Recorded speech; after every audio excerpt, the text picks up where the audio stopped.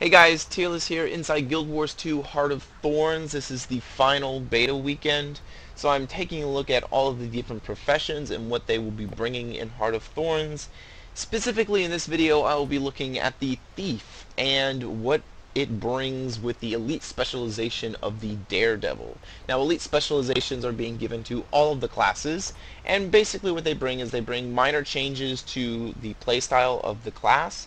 They will give you access to a new weapon, and they will give you access to new utility skills. In the case of the Thief, we are getting access to a staff as a Daredevil, and we are getting access to physical abilities as a Daredevil. So Daredevil gives you staff, physical abilities, if you decide to spec into the Daredevil talent. Now, I'll pull up the talent tree here, and you can see this first talent here always explains what you're getting. What small changes are coming if you decide to go with the Daredevil.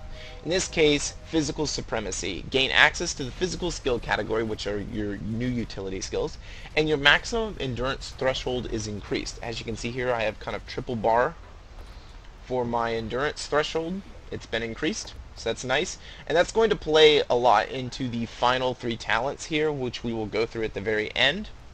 But basically, the Daredevil really has the dodge mechanic and endurance really baked into it, so it's really all about the endurance. But before we get into the dodge mechanics that will be coming in the talent tree, let's take a look at the new weapon and utility skills, the staff and physical skills. So with the staff, we have our first ability here. It's a 3 progression combo. Your first is a staff strike, basic damage. Staff bash, also more basic damage. It does have a 3 target limit, so it's got a little bit of a cleave in it. And then your third one is punishing strikes. You whirl your staff around, striking nearby enemies and granting, I guess, putting vulnerability on them. So I also know there's a combo finisher whirl. So every time you get to that third one, you get a combo finisher whirl on that. So I'll go up and use this here. You can see me whirl around my staff on the third hit, just like that. Now, the fourth item here in the progression that was on the tooltip here, as soon as it comes out of combat, is Hook Strike. Attack your foes with stealth, knocking enemies down. So if you attack from stealth, you basically do a knockdown. The second ability here is Weakening Charge. Deliver multiple strikes, weakening foes. So it's an application of weakness, and it's also another combo finisher whirl. So it's a small charge. I'm going to go through again so you can see a little bit back so you can see the charge. It's just a small charge up to the target. The third ability is Debilitating Arc. Strike enemies in front of you and roll backwards, breaking immobilizing effects. So this is your disengage. Right there, just going to pop right back. Very simple. The fourth one is Dust Strike. Sweep the ground, blinding enemies in front of you. So this is just a basic application of blind. You use this several times so you can see this. You can see the smoke kind of jut out of the staff when I use it. Pretty cool. The last ability here is Vault. You leap towards your destination, damaging foes upon impact. So come back here, use it. You can see. Just a jump forward. I don't know how far you can actually use this, or how consecutively you can use this. Let's see. So you can jump at least twice if you have a full stack of initiative to be able to do that. Pretty cool ability. You're going to be hopping around a lot with the staff Daredevil, and when you include in the dodge mechanics that we will discuss at the end of this, you can do a lot of things dealing with endurance and initiative and kind of flying all over the place, to be honest. So for your physical skills that you gain, the first one is going to be your healing one is Channeled Vigor. Channel your energy to gain endurance and health per pulse. Heal for more if your endurance is full. So once again, endurance is very important, so this is kind of a nice skill to have if you're going to be a Daredevil. So pretty simple, channel heal, just like that. The second one is going to be Fist Flurry. Strike your enemy multiple times. If all attacks hit, you gain access to Palm Strike. So you're hitting them with vulnerability and dealing damage. And then for 5 seconds after, you get access to Palm Strike. Palm Strike. Strike your foe once to deal massive damage and stun them, marking the target marking the target, with pulmonary impact. Pulmonary impact, explosively damaging attack. So, I'll go ahead up here and use this. There's the combo, and then I can use the palm strike right there. Pretty potent when you combine all of the things that it brings together: the fist flurry, the palm strike, and the pulmonary impact. So, the next one is distracting daggers. Equip daggers that can be thrown to interrupt enemies and increase the cooldown of abilities interrupted. And distracting dagger, just so you know what it does, fire a dagger at your enemy. If this ability interrupts a skill, that skill's recharge is increased. And that's skill cooldown increased by 10 seconds. That's really potent. So I'll use this. I have my daggers now. Fire them off. And there you go. I have 3 daggers. I can fire them all off one after another. The third physical ability is Bandit's Defense. Briefly block incoming attacks. If you block an attack in melee range, retaliate and knock enemies down. So this is not something that I can show very well, but as you can see there, I kind of just like put my fists up and, you know, that's the end of it. Let me finish this guy off.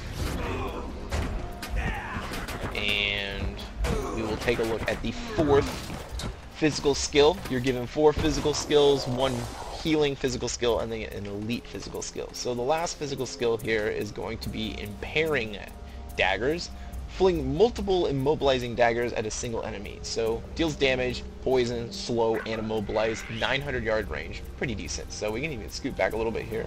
Fire this off. As you can see there, it really does apply all the conditions. Pretty nice. The last physical is your elite, and it is going to be Impact Strike. Strike your enemy and stun them. Pretty basic. Smaller cooldown. There you go. Daze, damage, etc. That's the end of it. So, that is the physical skills and the new weapon that come with the Daredevil in Heart of Thorns for the Thief. Looking at the build, this will explain a little bit more what is coming for the Daredevil. Now, the first one we already know, but the second tree, we have access to Evasive Empowerment. After dodging, deal bonus damage for a time. Damage increased 10%. You have Weakening Strikes. Cause weakness to enemies you critically hit.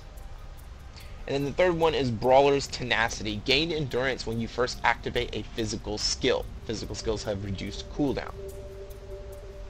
So once again, endurance is going to be really important in this, so that might be something you want to look at. The second minor is going to be Driven Fortitude. Gain health when you successfully evade attack. That plays into the whole Daredevil role.